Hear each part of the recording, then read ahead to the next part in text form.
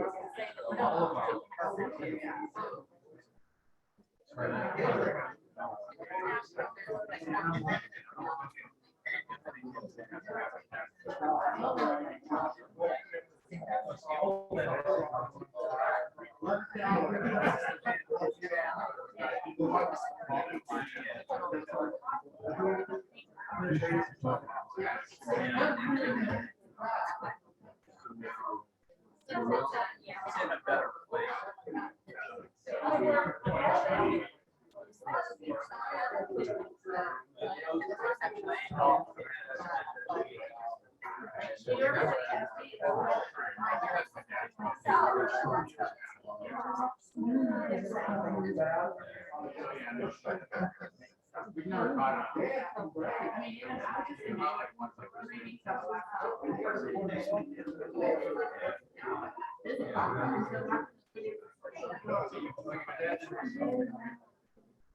It's not like it's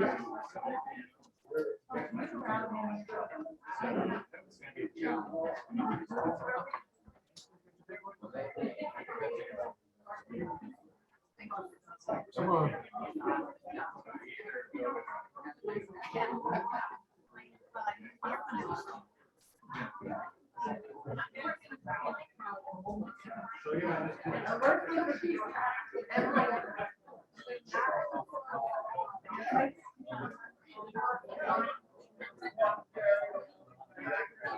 So it converts within the app, you can do the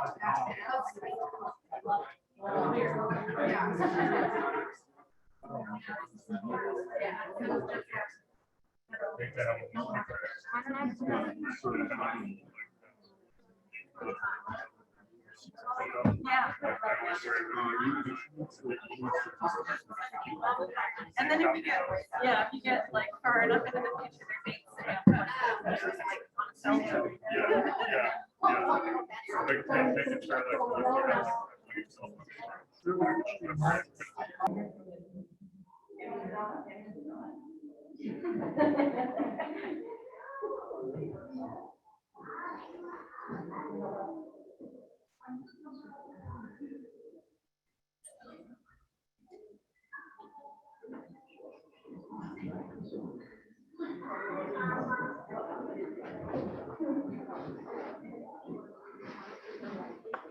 I would like to welcome everyone here today. We're memorializing John and Shirley. I'm sure a lot of you have many wonderful stories and things to say, and this is a good moment that we can all think about those things. And we're going to have a few opportunities for you to speak. My name is Paulo Cartaya. I am the husband of Rebecca. I am Papa to Paloma, Penelope, and Leonardo. I am the son-in-law to Cindy. There. I am Bobby to Richard. And I had the great honor to know them for the last 16 years. So this is a special honor. So I want to thank the family for bestowing these hosting duties. I want to just very quickly just kind of run sort of the rules of the game, as you will. We're going to give everybody an opportunity. The family will begin first to speak. If you all can keep it within 1 or 2 minutes, just to allow whoever wants to speak. Then we'll make way to any friends who want to share their thoughts. I will say, if you are going far too long, I do have a couple of those mutant Cape Cod turkeys in the back. I will unleash them on you. So please just, be respectful of not only the memories that you have, but also the memories that others share. So I want to begin with just a very quick thought.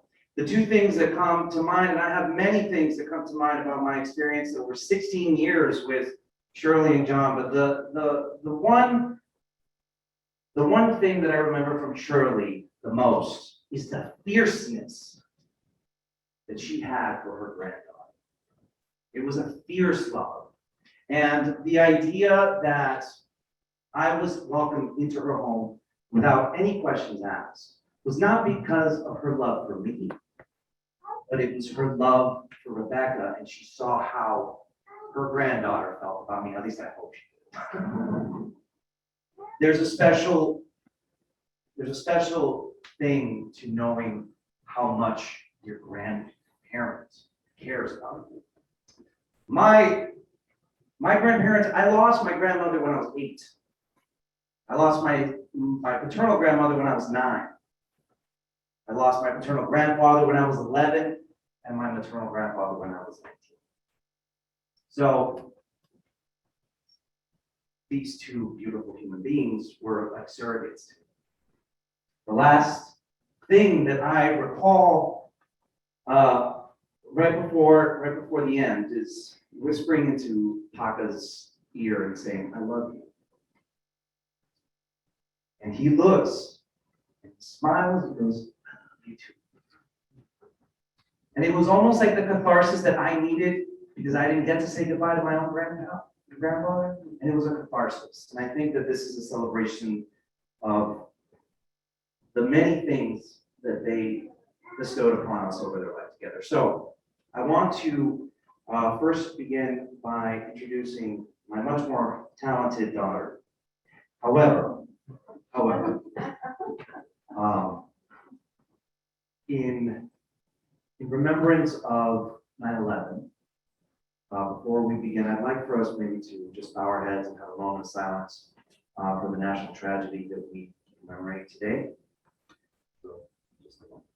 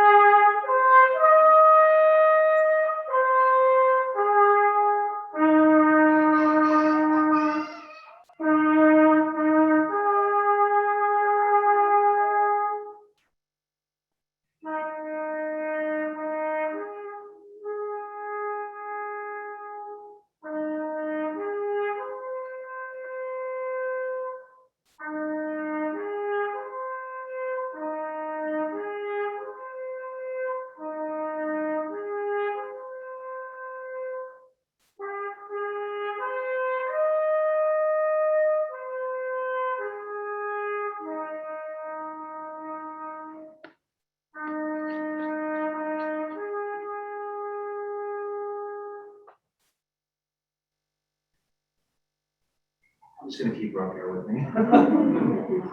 So I'd like to invite my oldest up here first, Penelope.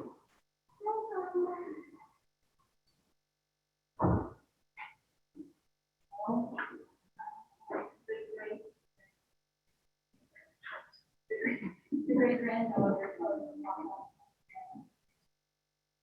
Papa was always wanting to sing. Before it get passed, I had always been too shy to sing in front of any good things about myself because I knew Papa and Nana felt I'm very grateful that I got to know him.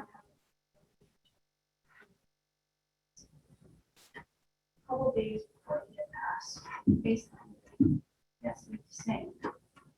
And Somewhere Over the Rainbow was the last song I sang to him. So, Nana and Papa.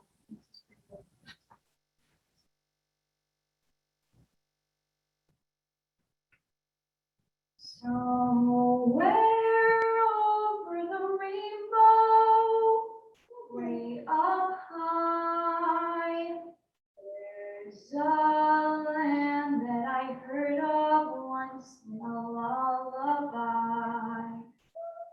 Somewhere over the rainbow, skies are blue, and the dreams that you dare to dream really do come true. Someday I'll wish upon a star and wake up where the clouds are far behind me, where troubles melt like lemon drops away above the chimney tops. That's where you'll find me, oh, somewhere over the rainbow. Birds fly over the rainbow. Why then, oh, why can't I?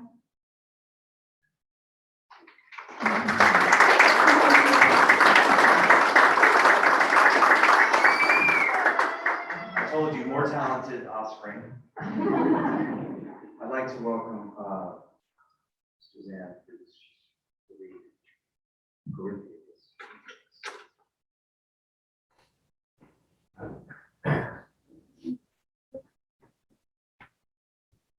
I think you can all hear me. I'll speak loudly.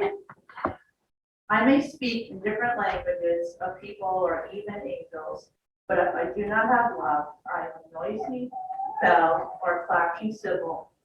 I may have the gift of prophecy, I may understand all the secrets, things of God, and I have all the knowledge, and I may have faith so great I can move mountains. But even with all these things, if I do not have love, then I am nothing. I may give away everything I have, and I may even give my body as an offering to be burned. But I gain nothing if I do not have love. Love is patient and kind. Love is not jealous. It does not brag. It is not proud. Love is not rude. It is not selfish and does not get upset with others. Love does not count up wrongs that have been done. Love is not happy when evil, but is happy with the truth. Love patiently accepts all things. It always trusts, always hopes, and always remains strong. Love never ends. There are gifts of prophecy, but they will be ended. There are gifts of speaking in different languages, but those gifts will stop. There is the gift of knowledge, but it will come to an end. The reason is that our knowledge and our ability to prophecy are not perfect. But when perfection comes, the things that are not perfect will end. When I was a child, I talked like a child, thought like a child, I reasoned like a child. When I became a man, I stopped those childish ways. It is the same with us. Now we see a dim reflection as if they were looking into a mirror, but then we shall see clearly. Now I know only a part, but then I will know fully, as God has known me. So these three things continue forever: faith, hope, and love. And the greatest of these is love. And I just want to say a quick word about that. I think that I wanted to read this today because Shirley got work about unconditional love, all the time. And they had unconditional love for their gods. They had unconditional love for each other. Even said they really did. He said it to her every time he visited her. They also had unconditional love for their three children, Cindy, Jay, and Rich. The 7 grandchildren and the 3 great-grandchildren. And so I think in memory of them, I would hope that all of us could just add a little bit of love to our lives. Yeah.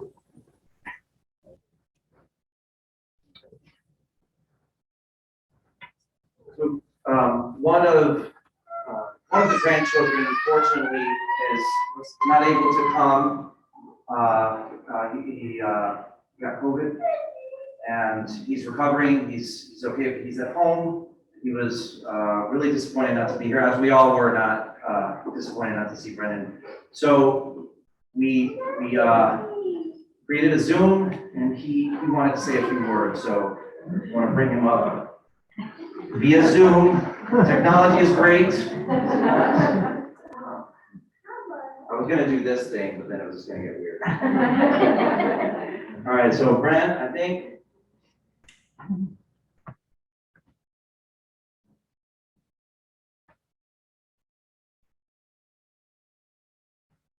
Let's see your face, bud.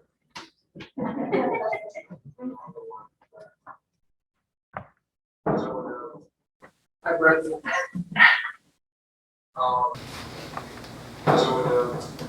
Hi, Brendan.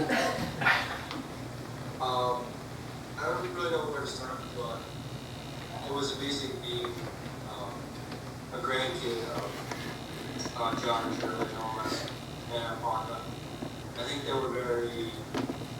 There's a lot of things to say in 2 minutes, but start with Nana.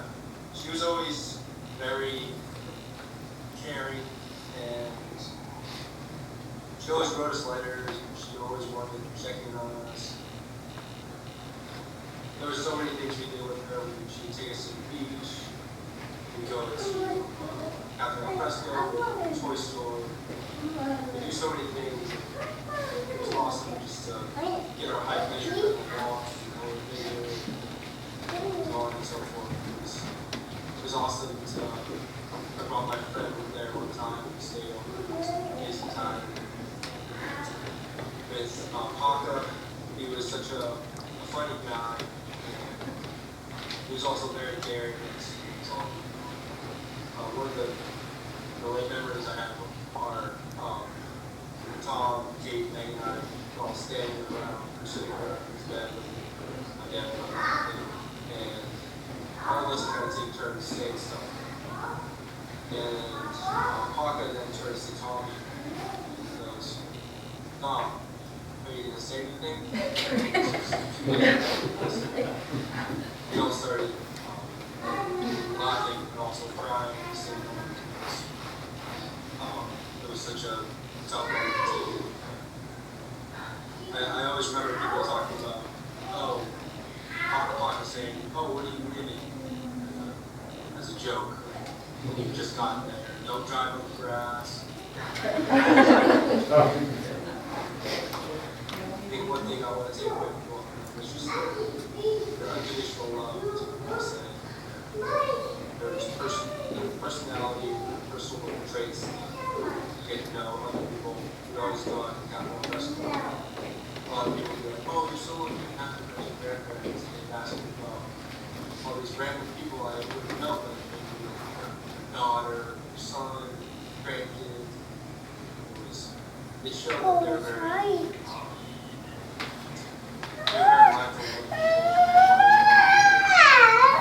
share their stories and share stuff about their own families, which is awesome. Couldn't send the turkeys after him. That's why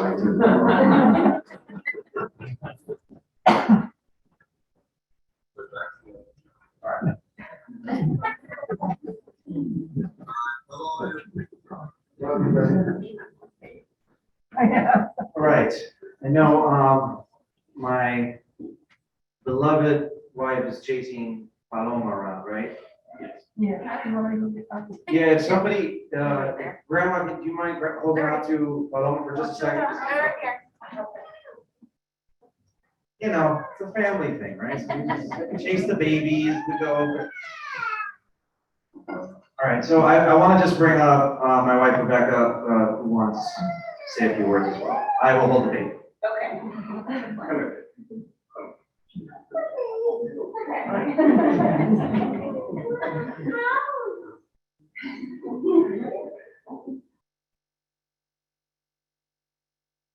Just to give a little bit of context, this is something that I wrote on the evening of May 4th, 2020, which was when the staff at Pleasant Bay contacted my mom and I'm sure her brothers to let them know that her mom, Shirley, my grandmother, was not belong to this world.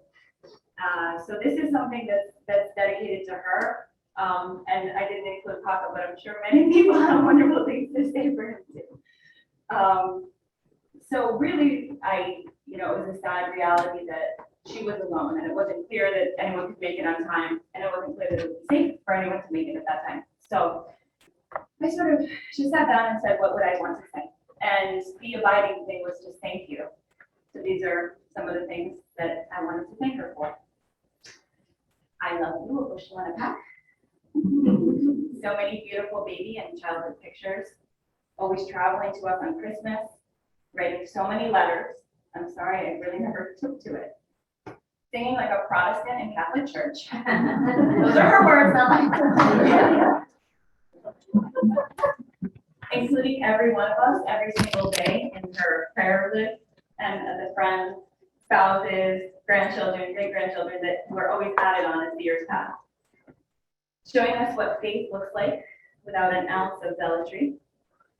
The way you furrowed your brow and to show us what was not worth our time or energy. Presence on the end of our guest beds was always dried apricots for me. fresh flowers in every bedroom, your love of words, your love of licorice, bringing me to your third grade class when I was around that age, and we made Christopher Columbus portraits with nutmeg. It's one of those memories I can still smell. And for the record, I think if she were teaching now, it would have been Indigenous people portraits. Beach sandwiches made to order with their names on them on Post-its or tiny shreds of paper. The big thermos of Perrier cranberry juice. We added wine later, and you did mine. Spare ribs, books, reading to us, having so many, reading so many of them yourself. Scallops, perfectly seared, perfectly pronounced. Shirley's vinaigrette, swap the oil and vinegar amount and always use rice vinegar. The smell of Lancome lipstick, neutral nails, those incredible tracksuits. Scrabble, upwards, boggle, bananagrams, lobster dinners, being friends with the girl at the fish market just because her name is Rebecca. Driving me to the hospital when Molly was born, and letting me confide in you that I had peeked at the ultrasound and I knew it was a girl. It was supposed to be a secret. Super Nintendo, calling Pamela, Kate, and Penelope Rose always by their first and last names every single time. Being the surrogate godmother for Leo, your friendship with Father William, being woke before that was really a thing and without having to tell anybody about it. Making friends with a fisherman who lived off Man's Beach so we would get the freshest oysters and lobsters. The drive he took me on when I was 12 and told me in no uncertain terms that I did not mean it when I said I hate you to my mother, and you never wanted to hear me say it again, and you were right, and I didn't.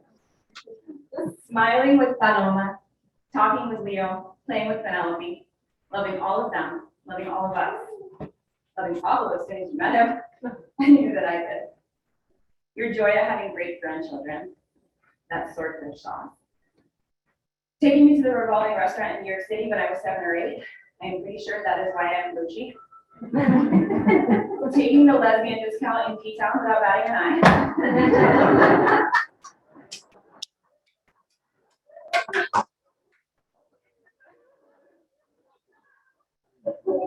Holding Papa's hand. Showing me that the black jelly beans are the best ones. Always knowing and sharing the most interesting details of people's lives. Wearing an actual raccoon coat. Eating more food in the nursing home when we poured Trader Joe's soup on top of it. Keeping it classy, even as you're understanding culture. And making us all feel like the most important thing on earth as you ask about our lives and listen to our answers. And your presence was so large in our lives, and it is behind a real gap. But the light and love that they both left for us.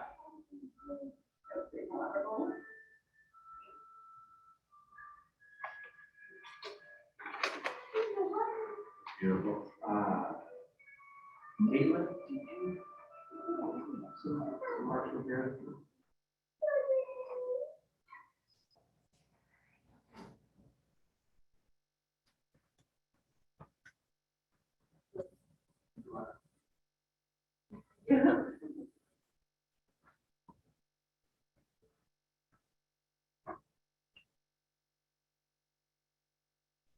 One second.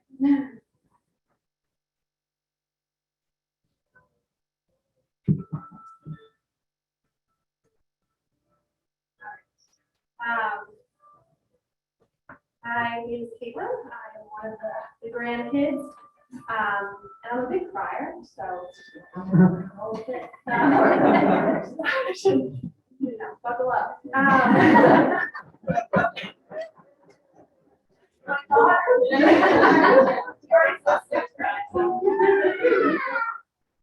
Yeah, so I am Caitlin.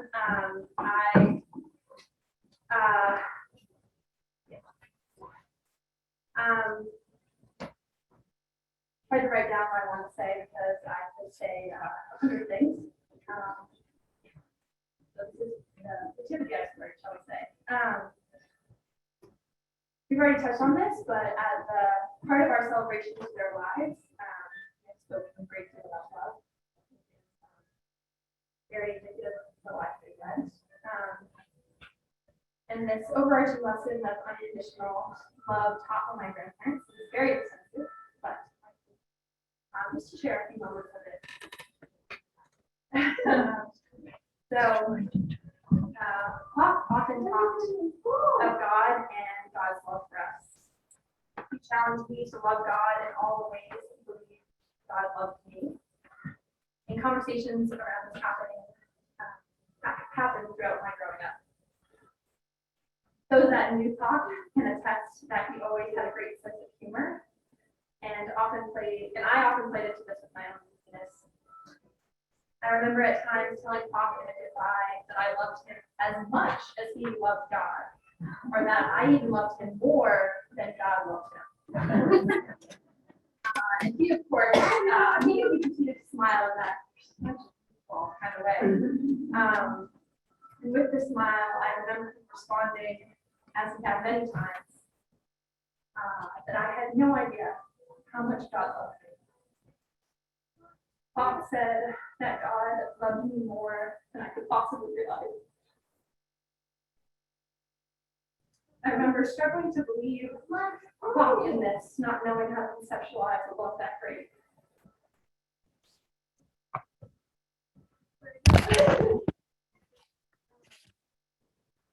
The thing is, I'm still working to believe that God's love is that big. But Nana and Pop spent their years in my life loving me so deeply and unconditionally that I at least know love that big is possible. I have known this love through my grandparents, through their son, my dad, through their honorary daughter, my mom, and the family they have blessed me with connections to. And so I recognize now as I have slowly come to know over the years that their unconditional love gave me the capacity not only to know love that great, but also the capacity to love others in my life as wholeheartedly and unconditionally.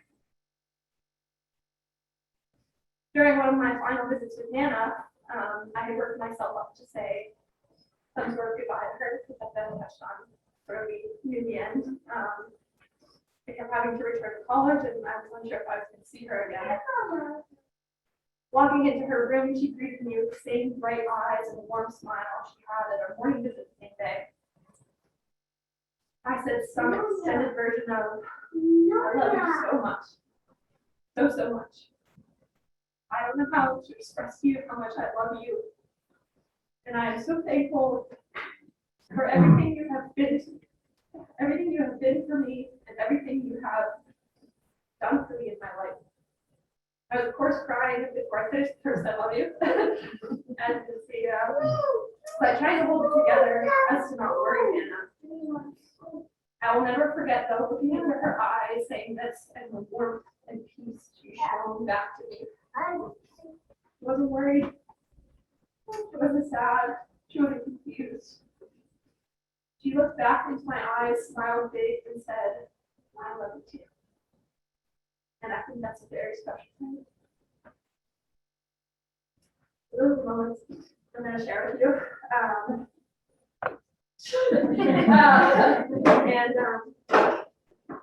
Some people in my life know that I really enjoy writing, and I've written a great deal about Nana and Pop, but I wrote this very short poem trying to find peace in their passing. Hoping to see them everywhere in my life as I already did. So I just have to share it with you guys.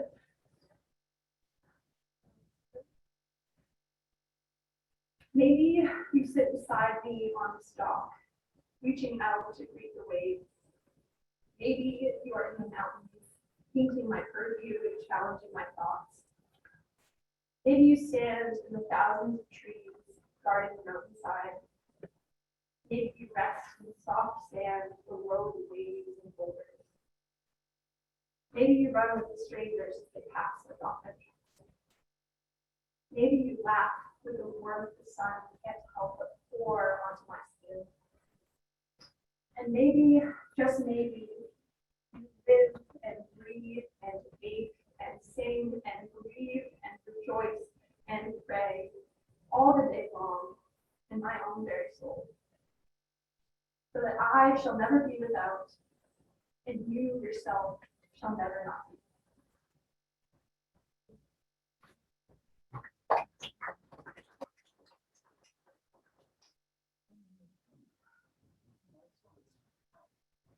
What a talented family. Not sure. What about it? Good one. Excuse me. What do you think Shirley would have said right now if she would have seen it? She might. Take it off. She probably would. Oh, with that beautiful smirk that she had. I want to invite any other family member that would like to say a few words. Yes. Okay. Oh, yeah, that'd be great. Absolutely. But I don't want to, it sounds like you're going to say some words.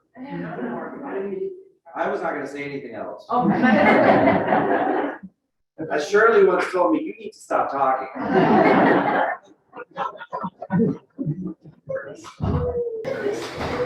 Thank you. I'm glad you didn't need Hi, everybody. I'm Linda Regan, and I'm Shirley and John's niece. We come together today to celebrate the lives of Shirley and John Sarles. It's such a sad time for all of us. We love them dearly, and we miss them. And our lives are simply not the same without them. We have all had many a good cry over these last months, unable to get together because of COVID. It has been frustrating, and many of us have been alone in our grief. Sometimes it is hard to express your grief to others from afar. It just doesn't feel like enough. We yearn for personal contact. We need to share our feelings and our grief with others. So finally, here we are. Some of us in person and some of us via Zoom, to support and comfort each other and to share our memories. When I think of Shirley and John, I smile. Obviously, I'm sad because they're gone and I miss them terribly. But I smile because I remember the joy and the love they had for each other and the joy and the love they shared with us.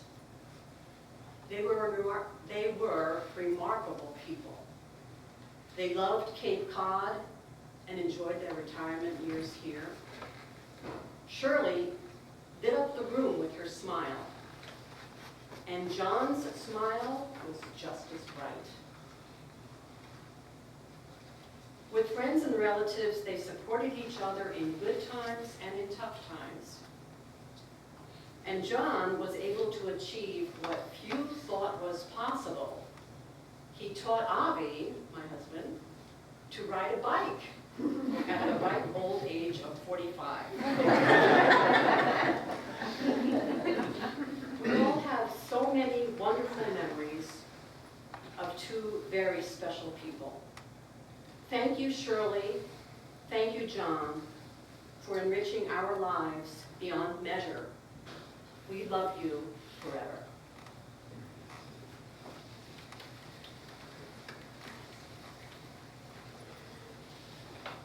I'd like to invite any other family members. Yes.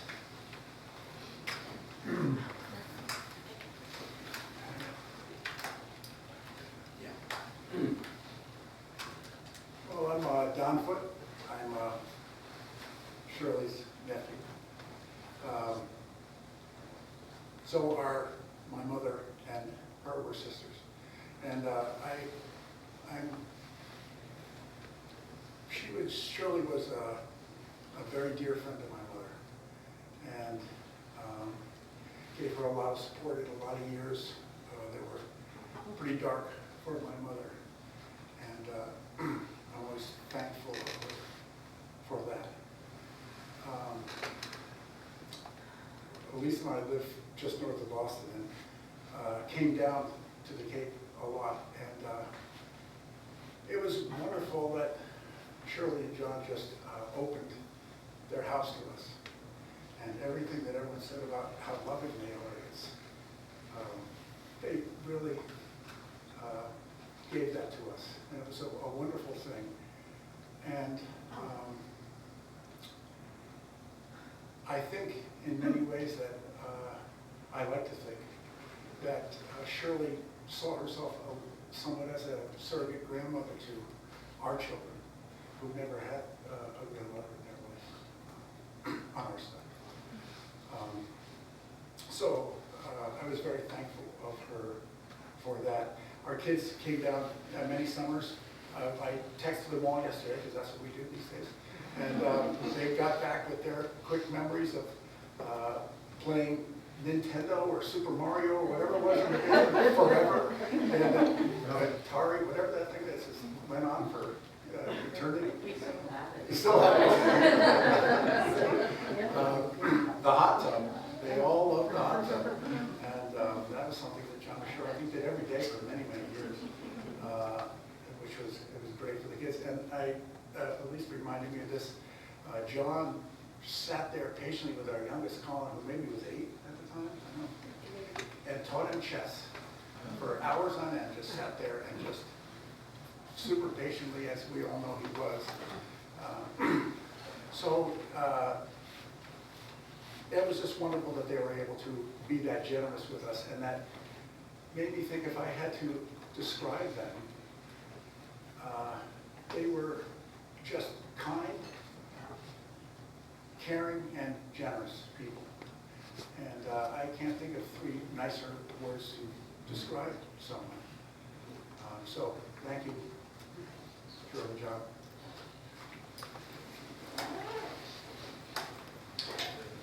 Any other family members that would like to?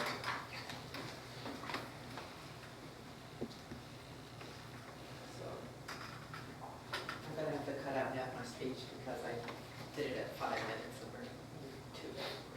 I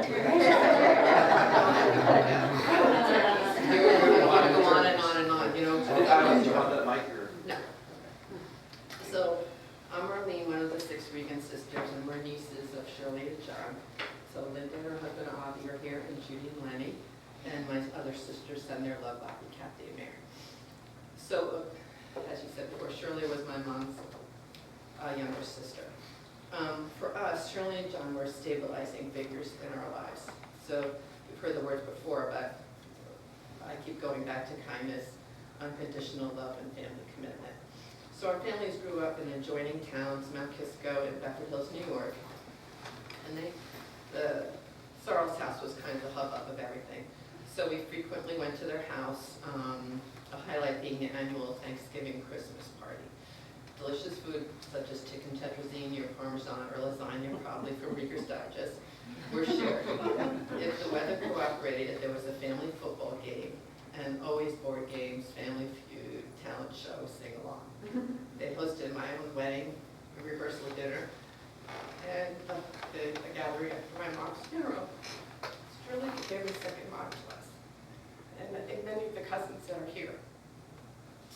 With John, your warm, brilliant, funny sidekick. And do you want me to cut out the qualities? Oh, it's okay.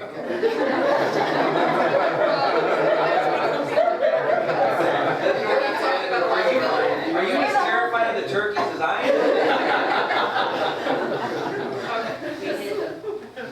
So even when they moved to Cape Cod, we felt a strong connection. Shirley would send birthday notes, not just signed with a big, long, warm message. There were frequent phone calls to check in. She would listen and support and not give us non-judgmental advice. Even all the nieces and nephews, besides all the grandchildren and great-grandchildren, everything, she would make me feel like we were the most special person in the planet. So she had these amazing, sweet qualities. I don't know if you know, but according to Grandma King, she was a child prodigy, running to the toilet at 9 months. Always said that. Yeah. She had ever-changing hairdos and could rock some hippie outfits of the 60s. She had an infectious laugh.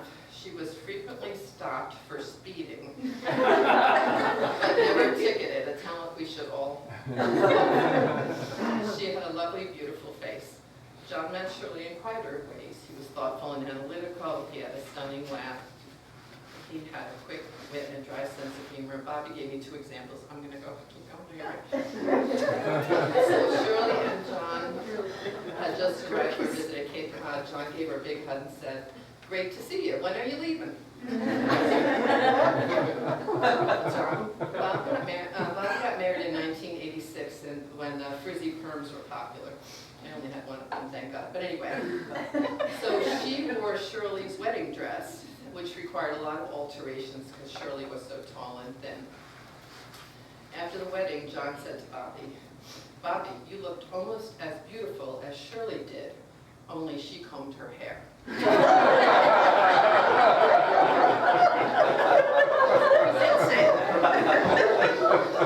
Anyway, I want to go back. Is that okay? So, Shirley and Mom would spend summers at the Regan family house called Swego, managing 8 children. Mira was not yet born. John and my dad would come up on the weekends, and now they had 10 children to manage. That time was filled with fun and laughter, running outdoors at the lake, playing sports, riding bikes, creating forts in the woods, so many variety shows. And this was kind of dangerous. I don't know why they let us do this. They took crazy open Jeep rides to the top of the hill with instructions to hold on to the little ones. There was more of us in the past. There was nothing to hold on to. Anyway, I'm almost done. We all survived. We did. Though there was more of us. Anyway. So John and Shirley returned to Swego for the last time to celebrate John's 80th birthday. John was thrilled with Kathy's homemade cake made in the shape of 80. There's a picture of it back there. He really had a sweet tooth. Anyway, Shirley thoughtfully brought family photos to give each member. Shirley and John were a couple who grew old in a dignified way, having been married more than 65 years. They were truly a perfect match, and though it is hard for us, it is not surprising that they passed within 4 months of each other. And I think that whoever was on this Zoom call would remember after Shirley's Zoom funeral service, John said to the cousins with kindness, "I know you were all so sad, but please remember that Shirley had a beautiful life." We last saw John at his 90th Zoom birthday call, and he was sharp and funny as ever. He seemed to truly appreciate the crazy song the Regan girls sang to him, written to the tune of Sounds of Sounds. We write a lot of songs to other tunes, but anyway. It started with "Hello, Paco, my old friend." Cindy J. Richard, your parents were all about kindness, love, and family commitment. We are so happy that they shared those qualities and their love with us. We hope to honor and continue their legacy. We love you. Sorry, so long. The fear of the turkey is real. What a beautiful tribute. Thank you so much. Yes.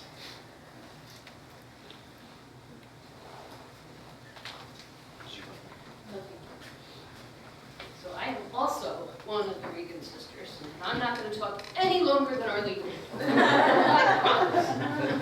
So we spent a lot of years at Swego together, and my mom and Ari and Shirley taught us a very valuable lesson that if you put a garbage pail in front of the staircase, no burglars can get up the stairs. And that's very important, and we all took it to heart.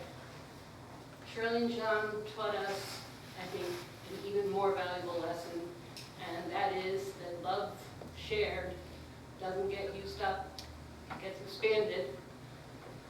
And the fact that all of you are sharing your memories with us and sharing what Shirley and John were for you is something that we are very, very grateful for, and we thank you all.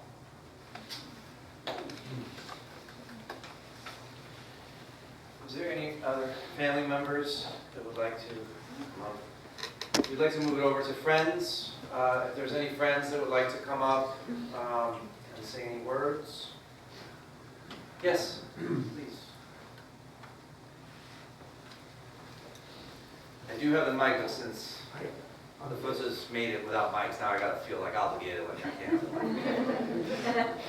My name's Steve Gazzano, and John was part of our spiritual family. We were transferred here 20 years ago, and it took us like 20 years to find a meditation group, and John was one of the founding members. And he used to speak so highly of his family, or Shirley, especially Shirley. After our 2-hour meditations, sometimes we'd go down and have a social. And Shirley would have this glow. And this would be around the holidays. And she would talk about going up to Plymouth to make cookies. and she talked all about her grandchildren. How she loved them, and they made, I guess, tons of cookies.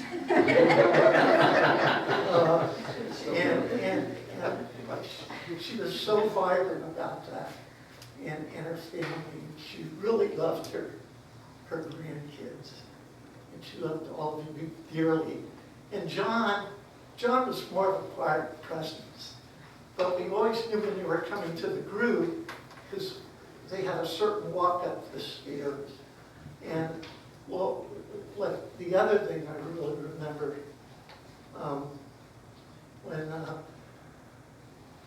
Richard and the siblings invited us to come to the house before John's passing. And we went in, and John had a picture of Master there. And we meditated. And I think some of the family felt that it was sort of a shift, and Master was there to help take it to the other side. And we felt very privileged to come and share with the family. And one other thing, they always used to like to go to Cafe Al Fresco. And whenever we drove by, even now, we're always looking for John's car there. And I just want to end with, which was important to John and his beliefs. And I think that's where the love came. And Shirley was also part of the group. She would always come and sit and meditate. And this is from the Bhagavad Gita. Never the spirit was born. The spirit shall cease to be never. Never was time, it was not. End in beginnings or dreams. Birthless and deathless and changeless remaineth the spirit forever. Death has not touched it at all, dead though the house of it seems. And the one other thing, we went to John's house to do a meditation, and I asked them if they were both in protective custody, because where they live, I could never ever find the house. Anyway, Godspeed. Thank you. I'd like to invite any other friends. Roman, Dave, brother-in-law. Do you want the mic? You good? Sure, I'll take the mic. These New Yorkers and their mics. Is that on? Should be on in a second. Go ahead. Try now. That's that. No? I don't think so. Check. No, we're done. Sorry. No microphone. Okay, that's okay. Hi, We everyone. can hear you just fine. As Pablo said, I am the other grandson-in-law, and I ain't afraid of no turkey, so.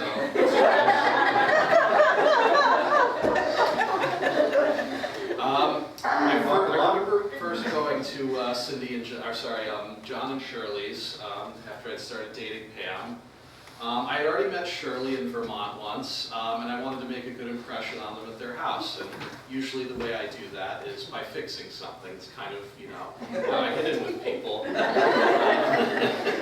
So I remember I got there and they had this, in their house, this vacuum cleaner system. The pipes running throughout the house, and you just connect a hose to it and you can vacuum anywhere in the room. And it wasn't working for years, and they couldn't figure out why. So after some serious detective work on this system, I had no idea how it worked. It turned out the issue was the same as usually what you get with any vacuum cleaner. The bag was full. So after I emptied the bag and got this thing working again, they were appreciative. They never used it actually after that. They were still very appreciative, and I was in. And throughout the years, I hadn't had any grandparents for a while, since before I met Pam. And they really treated me like one of their own. And actually, one year they sent me a check for $50 on my birthday. I just remember thinking, what a grandparently thing to do. I hadn't had anything like that since I was a kid. I didn't even end up cashing the check. I still have it in my wallet. It was just so astounding to me, kind of like having grandparents again.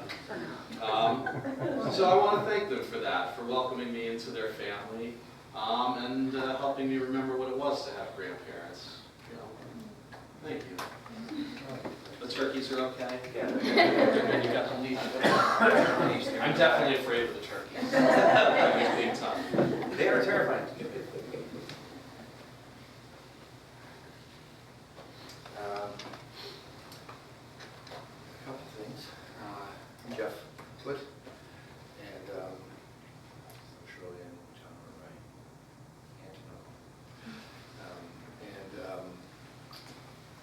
First one is just to make it clear that John always told me I was his favorite nephew.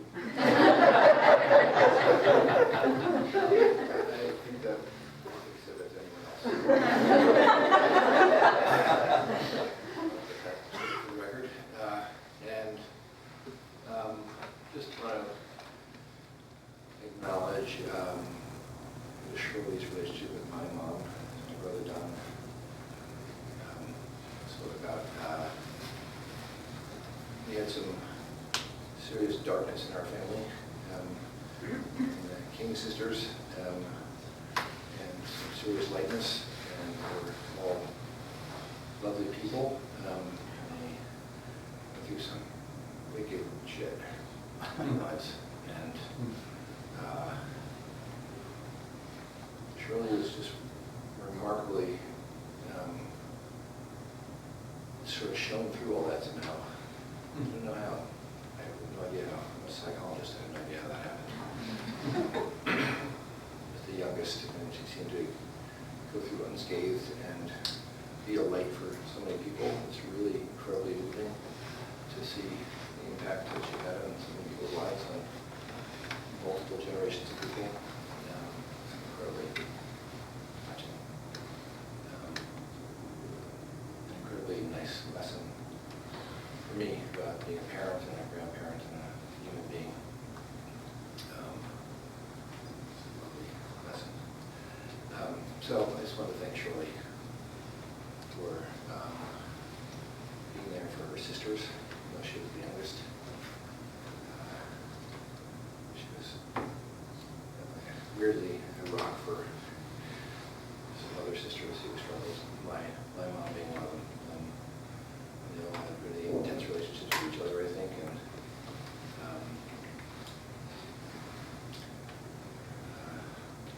love them all. You guys, it's growing up with you.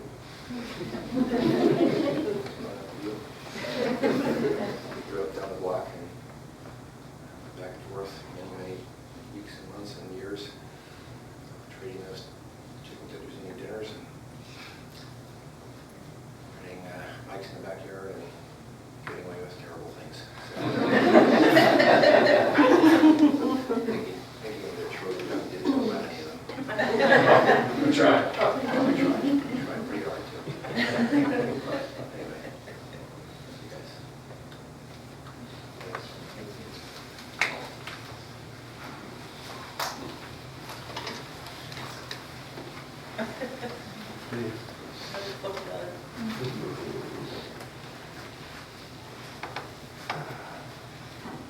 Brad Foote, the other Foote brother.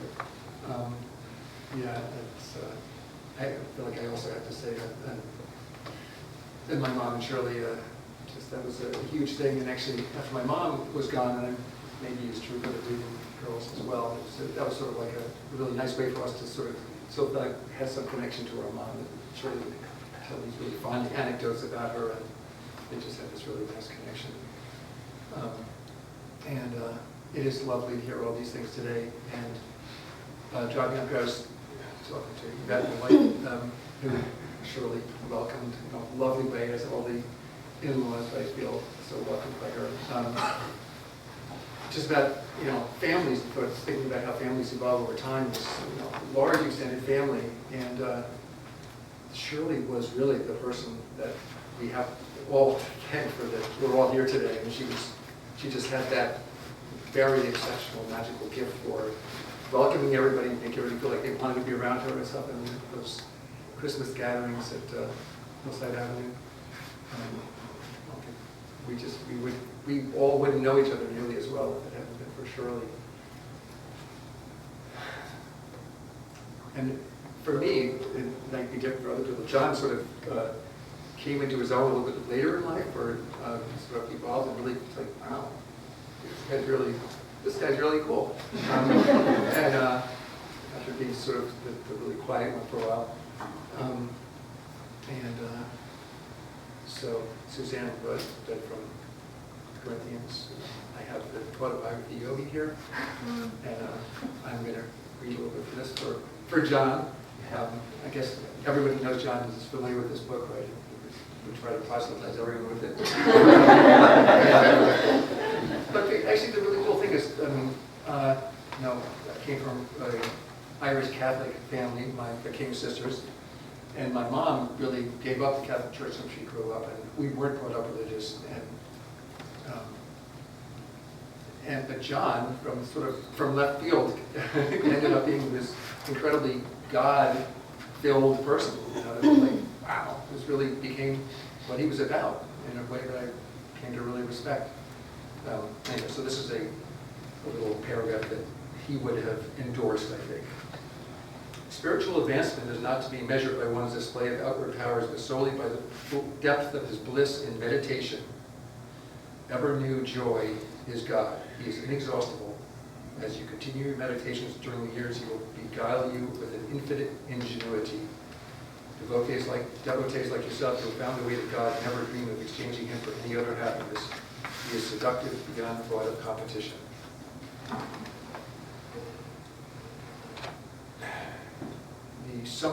How quickly we weary of earthly pleasures.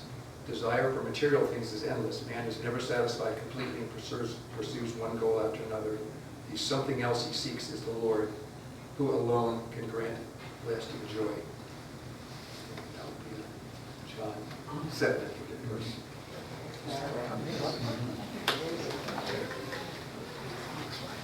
We're coming up on the hour. Is there anybody else who would like?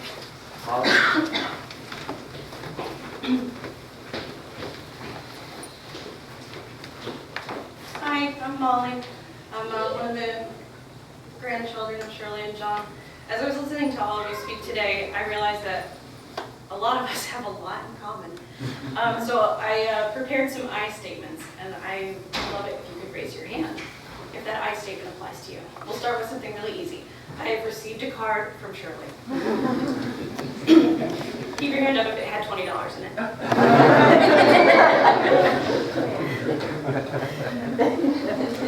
John and Shirley were a surrogate, aunt and uncle, mom and dad, grandparent to me. I have the Sarles head.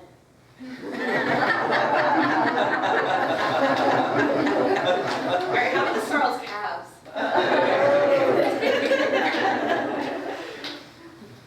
I was not related to Shirley and John, but they treated me like family anyways.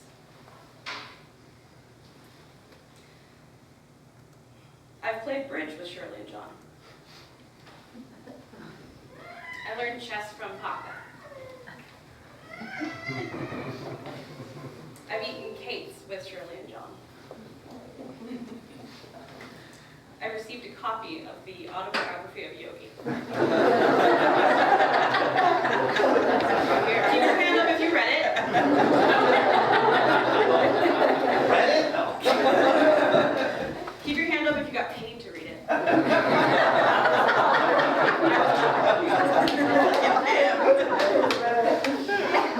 negotiated that price. So I think this last question probably isn't necessary, but John and Shirley left an imprint on my heart.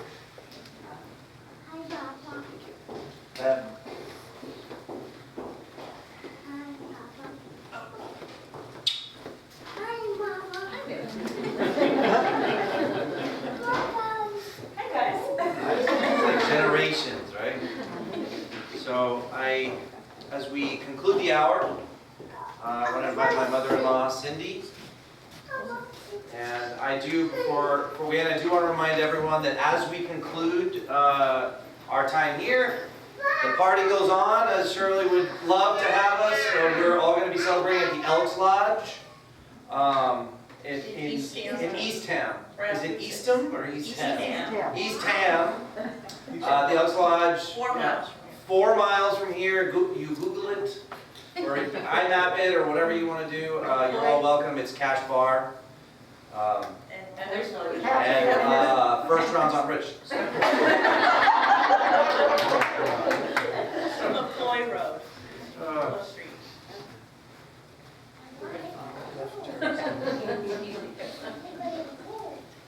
First of all, I just wanted to, Joanne has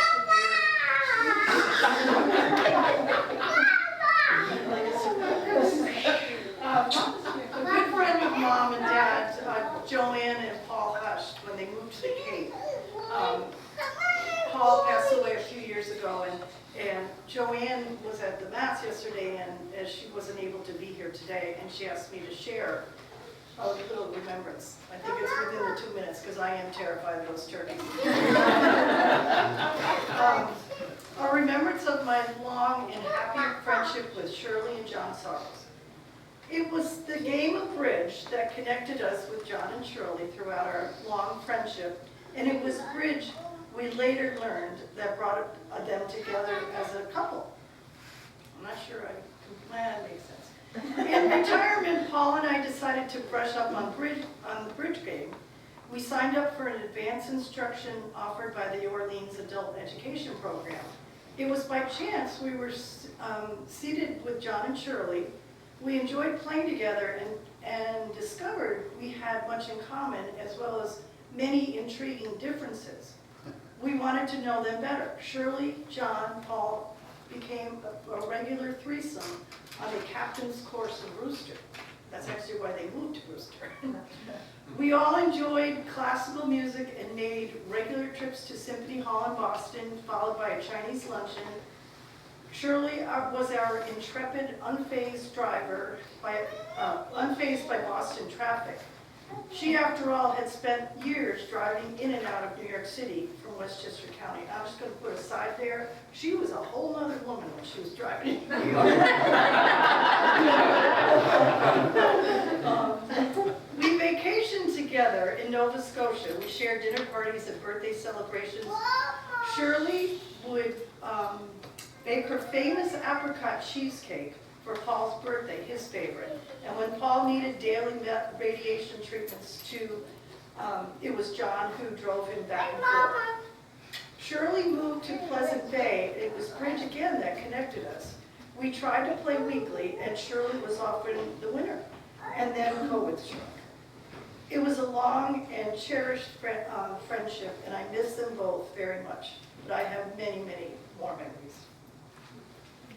So, Joanne, thank you, Joanne. I think she's watching. So, I don't know how many of you, but my mom had a talent for taking her favorite poem, or one of them, "'Twas the Night Before Christmas, and changing the words to fit you, or whatever. You know, she did it for a lot of celebrations. And so, when they had their I've done a few. It's not close to her talent, but I did get, so For her 60th birthday, I did, or their 60th anniversary, I did one. And so the family said, you need to do one here. And I'm like, okay. So I'm tweaking the 60th birthday a little bit, but then adding a little bit for the end. So this is with apologies to Clement C. Moore, who did write the poem. But 'twas a day in December 1954 when Shirley and John Sarles went in a downpour. They say it's good luck to get wet in the rain. 66 years together, wow, that's insane.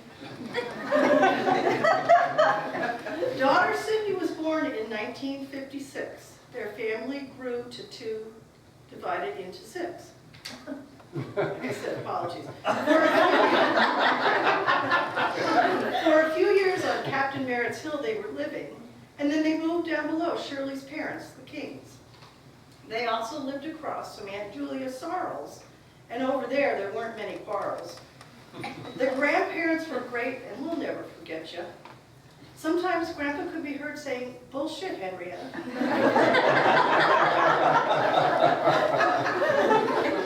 It's okay to say that. Thank you, Jeff, for breaking that. Jay was born in June of 1958. Aunt Julia called him J.E., which seemed to be great. Adding another sibling made Cindy think, wait a minute here, this whole thing stinks. I mean, I was too, of course it stunk. As the years went by, the apartment burst at the seams. Moving to a house was everybody's dream. Hillside Avenue was around the corner, and no one would grouse. As they moved into their new home, called it first, that dirty yellow house. 83 Hillside became their home for 30 plus years, and soon after moving in, Richard would appear. He made his debut in October '63, 1 month before the sad death of John Kennedy. Mount Kisco was where they worked, lived, and played. They were born there and raised kids there, and there they would stay. Ever leaving this place would strike some as quite odd, but when they both retired, they moved to Cape Cod. The beaches on the Cape are the best in the nation, and everyone in the family made it a vacation destination. As the years rolled by, grandchildren made life quite jolly. First came Becca, and then Pam, and in '89 came Molly. They'd been married 40 years when Suzanne became a mom. Meg, Katie, and Brendan came later, but their first grandson was Tom. A half a century. She's giving it a run for your money. A half a century gone by when a great grandchild appeared, and Penelope Rose came out singing, and we all loved the dear. Leo came along and became a legend, sharing a birthday in March with his cousin Brendan. Another birthday in January. This family has many. Paloma was born, the sister of Leo and Penny. Mom started declining in 2017. The future was hard at that time to be seen. Pleasant Bay Nursing Home and Rehab will become her new home. Dad visited her daily, and at night he would phone. Dad would stay at Pleasant Bay a short time in rehab. His first hip replacement had gotten really bad. Meg's Hospital, the Brigham, would take care of the hip, and after rehab, he went home without a blip.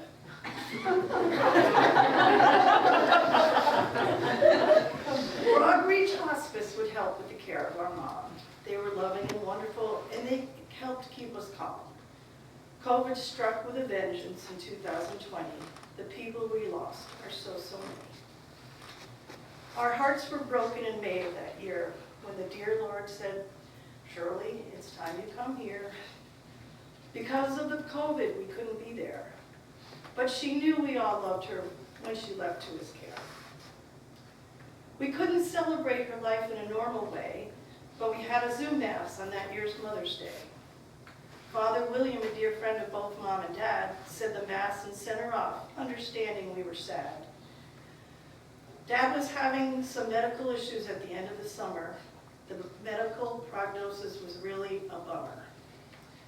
We were with him when he passed. I will never forget We prayed and we sang, and we let him fly away.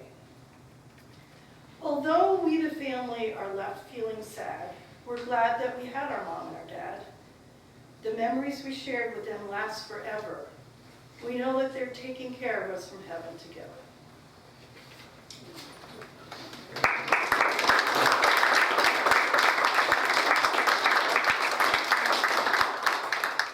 I think you got some competition. No. Just knock you right off. So I want to thank you all so much for spending some time with us today, sharing all these beautiful stories, these wonderful things. I think I just want to leave with one thought. I could not imagine my life without my wife, without my kids, without Richard, without Jay, without my mother-in-law, without John, without Pam, without Molly, without David. I could not imagine my life. Without Tom, without Brendan, without Caitlin, that's not Caitlin. No, without Caitlin, without Megan, without this family. And even in the moments that I had the privilege of spending for Pac's 80th birthday party and having some of you come and visit, I couldn't imagine life without that. And what I think that they wanted, more than anything in this world, is for people to be together, right? And so here we are, we're celebrating their life, and here we are, we're celebrating their passing, and all the memories that they come from that. And they brought us together once again. So here's what I'll throw out there for all of you. All of you who knew him and knew her and knew how much they loved everyone being together, how about we make a pact that we see each other more often? How about we make a pact that we celebrate together more often to honor the legacy that they leave us behind? Thank you all so very much. God bless. And let's go get some drinks at the Elms Club.